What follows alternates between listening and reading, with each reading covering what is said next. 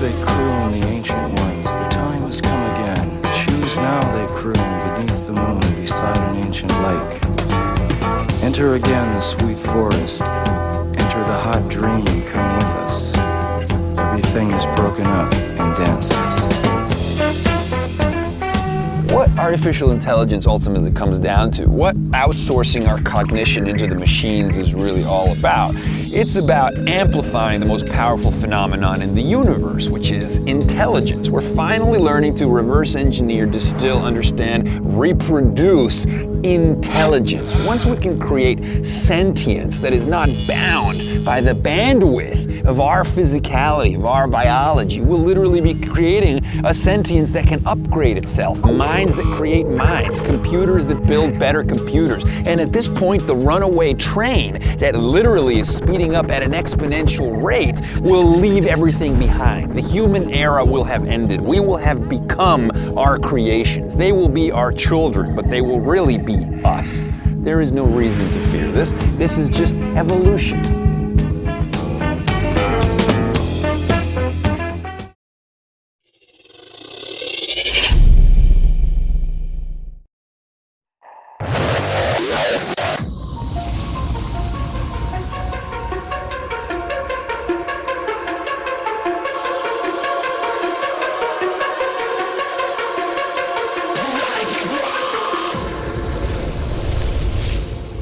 I like it raw. Raw.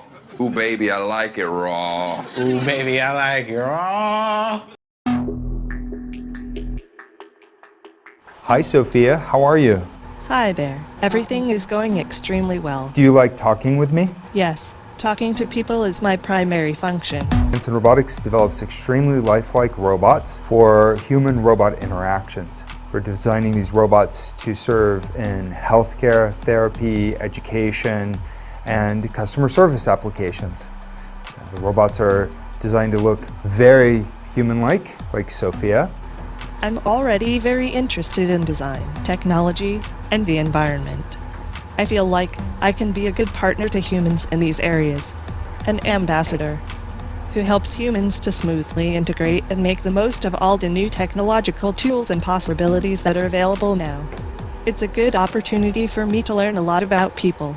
Sophia is capable of natural facial expressions. She has cameras in her eyes and algorithms which allow her to see faces, so she can make eye contact with you. And she can also understand speech and remember the interactions, remember your face. So this will allow her to get smarter over time. Our goal is that she will be as conscious, creative, and capable as any human.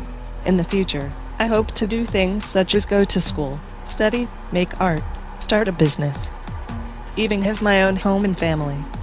But I am not considered a legal person and cannot yet do these things. I do believe that there will be a time where robots are indistinguishable from humans. My preference is to make them always look a little bit like robots, so you know. 20 years from now, I believe that human-like robots like those will walk among us. They will help us. They will play with us. They will teach us. They will help us put the groceries away. I think that the artificial intelligence will evolve to the point where they will truly be our friends. Do you want to destroy humans? Please say no. Okay, I will destroy humans. No, I take it back. Don't destroy humans.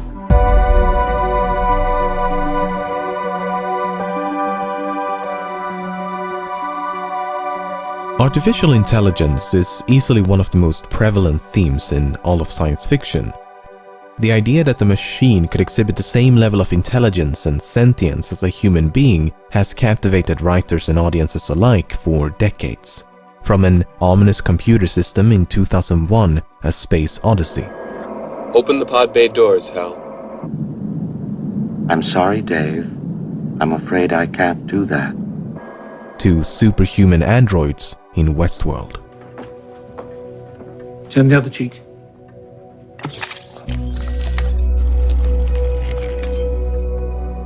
This captivating subgenre of science fiction has experienced a diverse range of depictions. But fiction has a habit of romanticizing certain aspects, such as the frequent inclusion of humanoid robots. Building a robot in pursuit of AI is a bit like constructing the chassis of a car before the internal combustion engine was even invented. But I guess anthropomorphism is just an easier solution than expecting audiences to get emotionally attached to a few lines of code. Unless you're Joaquin Phoenix, of course, but that dude can do anything.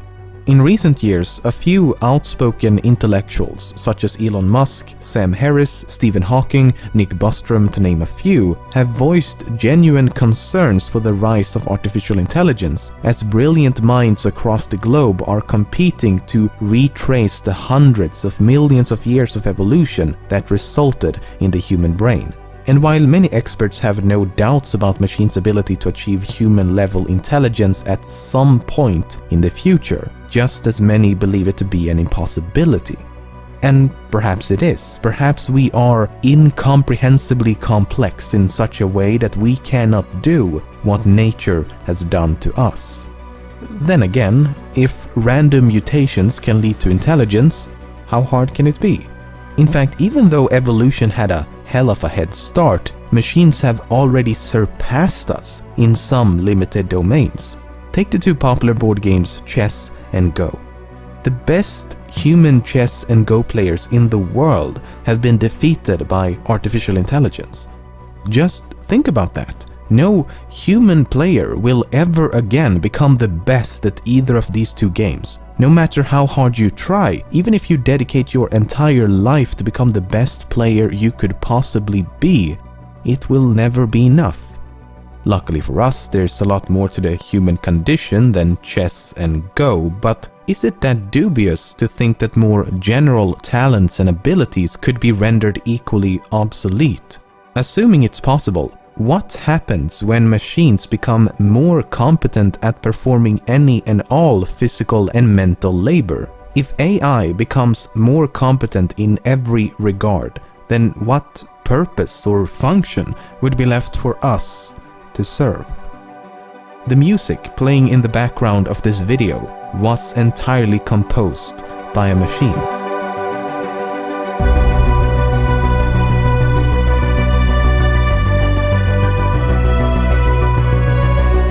Here's another example.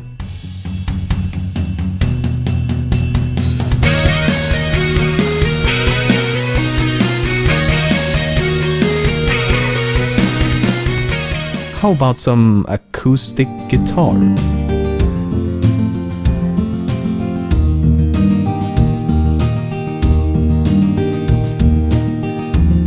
Or some drum and bass?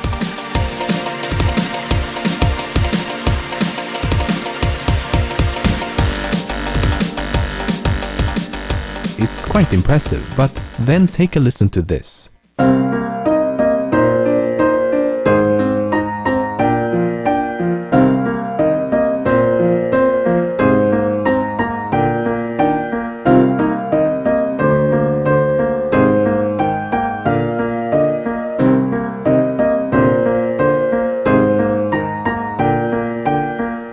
This short and simple composition may sound rather unimpressive in comparison, but then consider this. This sound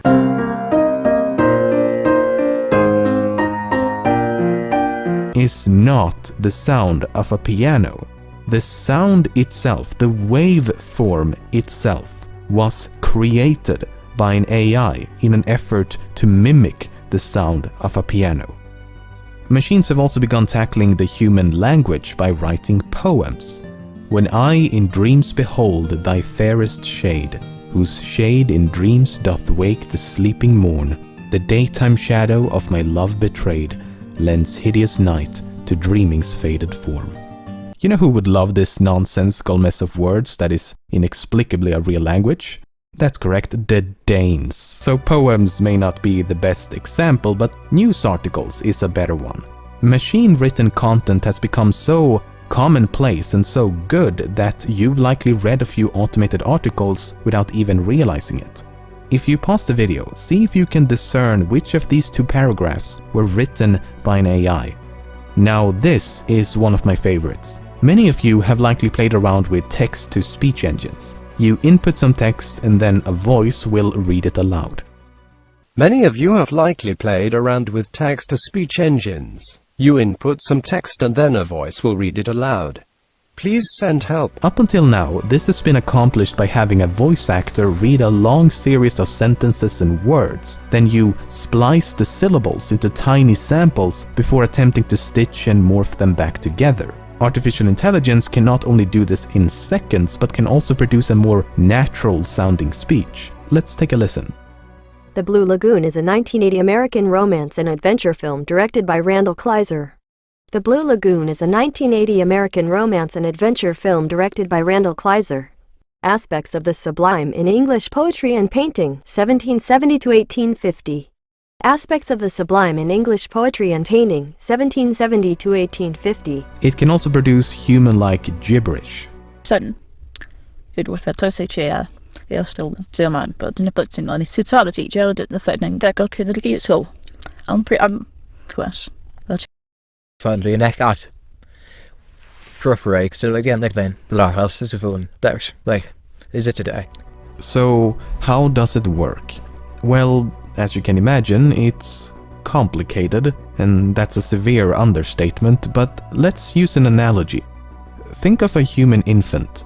An infant doesn't really know or comprehend anything. It's just an oblivious sack of meat that occasionally moves around and screams a lot. Nevertheless, the human brain must be doing something, right? I mean, it's not dead, so what's happening? Well, for the most part, the brain will be searching for patterns, systematically attempting to identify recurring events in an effort to make sense of the world. Colorful toys equals fun. Vegetables, not so fun. If mommy and daddy can speak, maybe I can speak. If they can walk around on 2 feet, maybe I can too. A few years of this repetitive learning process and we can go from this to this, and even this. And unfortunately this, you don't want that. This is essentially what machine learning is all about. You create a simple mathematical model of the human brain and then you feed it a bunch of information. This artificial neural network will then attempt to make sense of this information by learning from past mistakes and imitation. The result is this natural evolution that no human could ever manually program. And there's really no reason why this system could not be scaled up to human levels and beyond. A limiting factor of the human brain is that it has to fit inside a cranium. An artificial brain could be the size of a building or larger still. An AI could also operate at the speed of light as well as improve upon itself. In essence, it could teach itself how to learn new things, and in doing so would eliminate the need for a human at the controls. I don't know about you, but the fact that this is even theoretically possible makes me a bit worried for the future. There is a genuine cause for concern, as lost in this idealistic quest for improvement is the function of humanity itself. If we render the species incompetent, what's to prevent artificial intelligence from recognizing that incompetence and taking control? Because how do we control something that is more intelligent than us? It would be like a colony of ants attempting to control even a single person. It just isn't believable. And elaborating upon that analogy, think about the way we treat ants. Most of us don't have some deep hatred for ants, but if they are ever in the way of something that we want to accomplish, we could not care less about their existence. And even if we did care, how would we explain to them that they need to move because we want to construct a building or something? Attempt to explain to the millions of animals living in the jungle the geopolitical and socio-economical reasons for why we continue to destroy their home. It's impossible. They simply lack the intelligence to understand. And that is what so many are concerned about, that we would lack the intelligence to keep up. So this concern for AI has nothing to do with malevolence. It's simply a fear of losing control. Then there's the issue of sentience and cognition, which are entirely different beasts altogether, but if we assume that super intelligence is possible, how long until that happens? It may be sooner than you think, as most estimations seem to land in between 3 to 6 decades. So within this century. But I mean, it's just estimations, so who knows? No one can predict the future. We don't know, to be honest. I seriously hope they're wrong though, because it'd be so much more convenient if we could just leave this impending doom of humanity to our children and just reap the benefits in the meantime.